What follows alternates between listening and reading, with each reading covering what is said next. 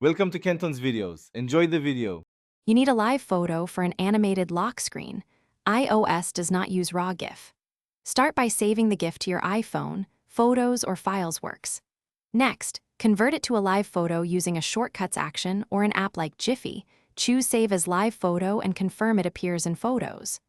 Once done, make sure the live photo has several frames and looks smooth. This is why conversion matters, so the motion will play when you press your lock screen.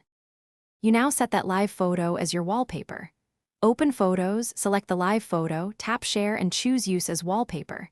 Pinch to crop or move the image. Make sure live photo playback is enabled in the preview.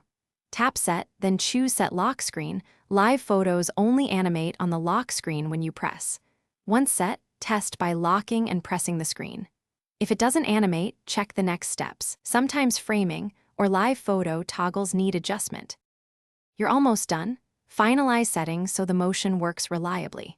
Make sure Reduce Motion is off in Settings Right Arrow Accessibility Right Arrow Motion, because that disables animations. Also confirm iOS is updated and the app you used has Photos permission. If the wallpaper still won't animate, resave or reconvert the live photo and set it again, then reboot the iPhone. One key troubleshooting tip. Toggling Reduce Motion off and back on often restores live photo playback.